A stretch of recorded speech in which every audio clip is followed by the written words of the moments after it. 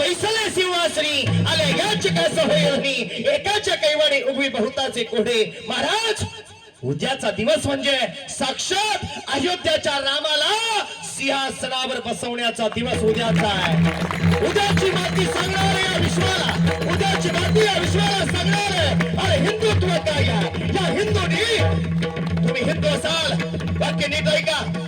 आया बहिणीला चिरडलं गेलं होतं, 500 वर्ष या मातीनं सहन केलं, पण कदापि आता सहन केला जाणार नाही. ही माती कशी आहे सांगतो तुम्हाला. ही शूरवीरांची माती आहे, छत्रपतींची माती आहे, धर्मवीर संभाजी महाराजांची माती आहे, स्वामी विवेकानंदांची माती आहे, भगतसिंगाची माती आहे, राजगुरूची माती आहे. या मातीला काय शिकवलं? 500 वर्ष या मातीत अन्याय झाला आणि या मातीनं अन्याय सहन करून 500 वर्ष माझ्या प्रभू रामचंद्राच्या मंदिरावरती अन्याय करण्याचा प्रयत्न केला. तो अन्याय कुणीतरी थांबला पाहिजे. माझ्या देवाचं जो कलियुगात आहे, द्वापरयुगात आहे, त्रेतायुगात आहे, आमचा तुमचा देव प्रभू रामचंद्र आहे. त्या प्रभू रामचंद्राचं मंदिर आम्ही 500 वर्ष डोळ्यानं पाहू शकलो नाही. तो सोनेरी दिवस उद्याचा आहे. एक गोष्ट लक्षात ठेवा, एक गोष्ट लक्षात ठेवा. उद्याचा दिवस म्हणजे कोणत्या नेत्याचा नाहीये, कोणत्या पक्षाचा नाहीये. वाक्य नीट ऐका. ना नेत्याशी, ना पक्षाशी, ना नेत्याशी, ना पक्षाशी, ना राज्य करण्यासाठी, ना सत्तेसाठी हा जीव तळमळतो. तो सर्व हिंदू बांधवांसाठी, सर्व हिंदू बांधवांसाठी. ऐका महाराज, ऐका. जोपर्यंत धरती तोपर्यंत माझ्या प्रभू रामचंद्राची कीर्ती आहे. उभ्या गावागावाला, उभ्या महाराष्ट्राला, उभ्या देशाला आमच्या प्रभू सिंहासनावर बसण्याची आस लागली आहे. प्रत्येकानं उद्या माय माऊली हो, प्रत्येकाने एक गोष्ट लक्षात ठेवा. उद्या संध्याकाळी प्रत्येकाच्या घरी दिवाळीचा सण साजरा झाला पाहिजे.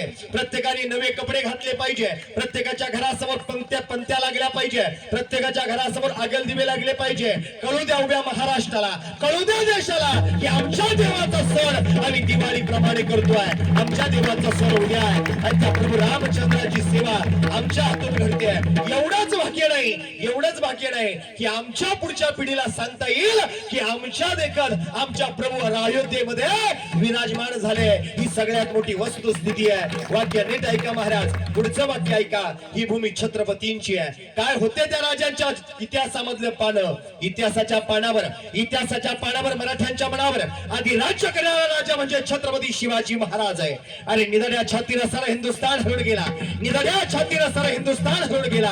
स्वर्गात गेल्यावर ज्याला देवाने झुकून मुजरा केला असा हिंदवी स्वराज्याचा जाणता राजा या महाराष्ट्राच्या मातीत होऊन गेला, या महाराष्ट्राच्या मातीत होऊन गेला. त्या मातीतली माणसं आम्ही आहे. काय जगावं कसं, मरावं कसं हे माझ्या शूरवीरांकडून ऐकावं. ऐका महाराज. इतिहासाच्या पानाला, मराठ्यांच्या मनाला या स्वराज्याला बातमी गेली. आई जगज्जनीला सगळे हक्क. एक कोल्हापूर निवासिनी दारुगड बघा, दारुगड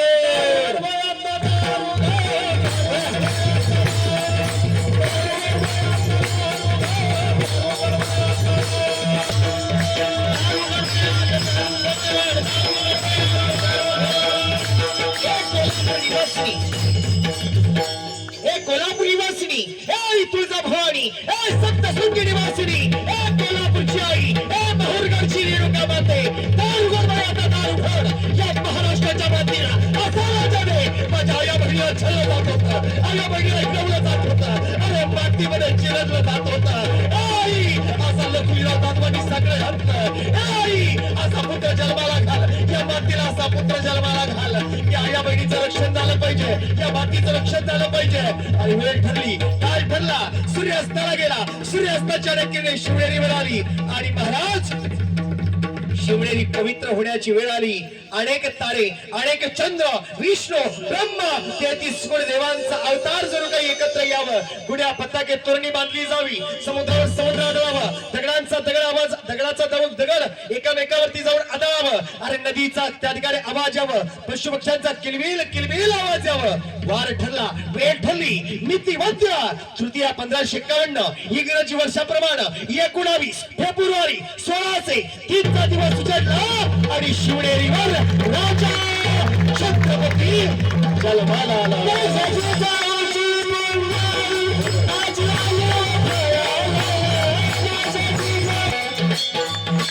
जिजाऊची धन्य झाली, जिजाऊची धन्य झाली. शिवनेरी कळहडला. आणि महाराष्ट्राचा शाहीर बोलला, अरे शिवनेरीवर तारा जन्माला आला. एकच राजा इथे जन्माला शिवनेरी माझ्या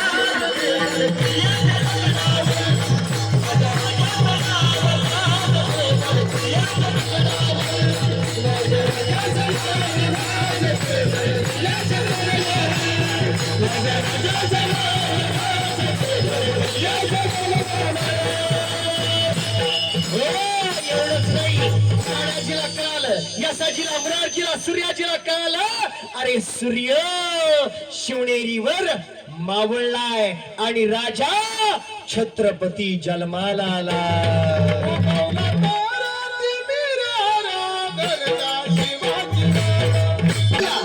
अरे निश्चयाचा महावीर, निश्चयाचा महावीरू, बौद्ध जनासी आधारू, अखंड स्थितीचा निर्धारो.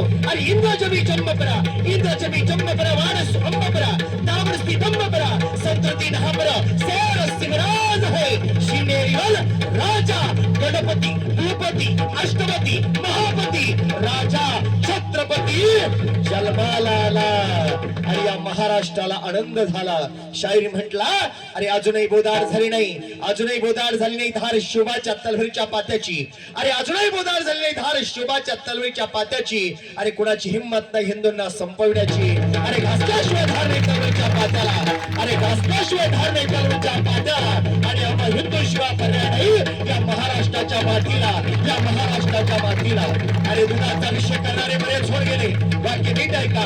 दुधाचा विषय करणारे बरेच होऊन गेले, अरे दुधाचा विषय करणारे बरेच होऊन गेले, परंतु रक्ताचा विषय देव स्वराज्य निर्माण करणारे त्या काळचे हिंदू होऊन गेले, त्या काळचे हिंदू होऊन गेले. या मातीत आमचा जन्म झालाय, आमची कुश धन्य आहे महाराज. आणि या कुशीमध्ये वीर शूरांच्या मातीमध्ये तुमचा जन्म झालेला आहे. या शूरवीरांना मानाचा मुजरा आहे. आपली वेळ संपली, फक्त जाता जाता एक गोष्ट माझी कीर्तनामधून घेऊन जा. अनेक मोठं चरित्र सांगितलं असतं, पण मी पहिल्यांदाच सांगितलं, दादा मला 11 वाजता इथून निघायचं, कारण लांब उद्या कीर्तन आहे, त्याच्यामुळे जायचं आहे. फक्त जाता जाता शेवटचा टाइम आला, एक प्रसंग तुमच्या डोळ्यासमोर ठेवतो, 1च मिनिटं फक्त. माय बापा एक प्रश्न विचारतो, जाता जाता तुम्हाला फक्त प्रामाणिकपणे उत्तर द्या, आणि एवढं उत्तर देऊन ज्याच्या त्याच्या घरी निघून जा. फक्त प्रामाणिकपणे उत्तर द्या. नारदाच्या गादीच्या समोर आहे बुवा, खोटं बोलू नका. फक्त एवढं कीर्तन ऐकलं, या कीर्तनाचं सार मला किती जणांनी घेऊन गेले. सार म्हणजे त्या ठिकाणी पुरणपोळी सोबत तो नाही बरं का. सार म्हणजे शेवट काय घेऊन जायचंय आपल्याला. ऐका महाराज, हा मुद्दा फार महत्वाचा आहे. शेवटी कीर्तनाच्या शेवटच्या शब्दामध्ये मला तुमचे मन जिंकायचे आहे. बघा किती लोक प्रामाणिक आहेत, किती लोक भामटे आहे, एवढं मला बघायचं या उत्तरामधून. ऐका, आता कीर्तन संपलं, तुम्ही बाहेर गेला कीर्तनामधून, तुम्हाला 2 मूर्त्या भेटल्या, एक रामाची आहे आणि एक रावणाची आहे. दोन्ही मूर्त्या मातीच्या आहे, एक रामाची आहे आणि एक रावणाची आहे. मला सांगा पहिली मूर्ती कोणाची उच्चारशान दादा? पटकन, जे बोलणार नाही ते मुक होईन बरं का महाराज, लय अवघड आहे. पटकन सांगा कोणती? रामाची उचल शर्वा. फार प्रामाणिक माणसे दादा. थोडस पुढे जा, त्या गेट जी आहे ना, त्या गेट जवळ परत 2 मूर्त्या भेटणार आहे तुम्हाला. एक रामाची पितळाची आहे आणि लोखंडाची रावणाची आहे. मला सांगा पितळाची रामाची उचलशान का लोखंडाची रावणाची उचलशान? हा, रामाची. फार प्रामाणिक, धन्यवाद. त्याच्या थोडं पुढे गेले, थोडस पुढे गेले का रस्त्याच्या कडेला गटर साचलेले महाराज. त्या गटारामध्ये एक मूर्ती पडली, ती सोन्याची आहे पण ती रावणाची आहे. आणि डांबरी रस्त्यावर एक मूर्ती पडली, ती मातीची पण ती रामाची आहे. मला सांगा गटारात पडलेली सोन्याची रावणाची उचलशान का डांबरीवर पडलेली मातीची रामाची उचलशान? तुम्ही मातीची रामाची. काय बामट्याचा बाजार आहे महाराज, सगळं लबाड्याचं जग आहे महाराज. तुम्ही मातीची, तुम्ही सोनं सोडशाल. तुम्ही आता माया पुढे अशा बसले महाराज का 2-2 महिने नवरा उपाशी मारलेल्या. 2-2 महिने, 2-2 महिने. नाही तर मी नाव घेऊन उठवीन महाराज. उठू का? हा महाराज, सगळं भामट्याचं जग आहे, सगळं लबाड आहे महाराज. सोनं कोणी सोडेन का महाराज? अहो डवळे महाराज काय, डवळे महाराजचा बाप जरी आला तर सोडेन का सोनं? अहो रावणाचं काय कंस असली तरी सोडेन का महाराज? हे सगळं मायाजाळात गुंतलेली माणसं आहे महाराज. हे माझी गाडी, माझी माडी, माझा पैसा, माझी संपत्ती, माझे दागिने, माझी इस्टेट, सर्व याच्यामध्ये गुंतलेली मंडळ आहे. लय भामट्याचं जे की महाराज. अजून पुढचं उदाहरण सांगतो तुम्हाला. लोकांनी मोबाईलच्या युगात फार वाटोळं करून टाकलं महाराज. एक ग्रस्त बाथरूम मध्ये गेला बरं का महाराज, मोबाईलच्या गडबडीमध्ये. ऐका जाताना ऐकूनच जा, थोडे हसूनच जा घरी जाताना महाराज. ऐका, एक ग्रस्त बाथरूम मध्ये गेला महाराज मोबाईलच्या गडबडीत. जाताना सरळ गेला बापजी आणि येताना वाकडा होऊन आला. वाकडा असा झाला का डायरेक्ट छत्तीच्या आकड्यासारखाच वाकडा झाला महाराज. वाकडा झाला, गल्लीतल्या बाया गोळा झाल्या, कॉलनीतल्या बाया गोळा झाल्या. म्हणे बरं झालं वाकडा झाला, बरं झालं वाकडा झाला. कोणाक वाकड्या नजरेनं पाहतो, बरं झालं वाकडा झाला म्हणे. गल्लीतल्या बाया आल्या गोळा झाल्या, कॉलनीतल्या बाया गोळा झाल्या, लोक गोळा झाली. म्हणे बरं झालं वाकडा झाला, कोणाक वाकड्या नजरेनं पाहायचा. त्याची पोर रडायला लागली, बायको रडायला लागली. डॉक्टर आला, डॉक्टर फेल होता, त्याला काही कळना महाराज. हे आता सरळच होईना महाराज, करावं तरी काय? आता 2 जण हुशार मंडळी आली, अभ्यासू मंडळी आली आणि म्हटले दादा याची काय गडबड झाली मी सांगतो म्हणे. तेवढं कीर्तन आमचं शेजारी चालले होतं. आमचे बापजी बाबा तिकडून पुढून आले आणि बापजी बाबा म्हटले ए तुम्ही दोघं हुशार आहात ना, तुम्हाला नाही कळत ना काही? मी सांगतो काय गडबड झाली. म्हणे जाताना मी पाहिलं आणि येताना मी पाहिलं. म्हणे बाथरूम मधून येताना. याची काय गडबड झाली ती महाराज? बाथरूम मधून येताना यानं मोबाईलच्या गडबडीत पायजम्याचं बटन शर्टाच्या बटनात घातलं म्हणून हा वाकडा झाला महाराज. नाही बापट्याचं जगे. चला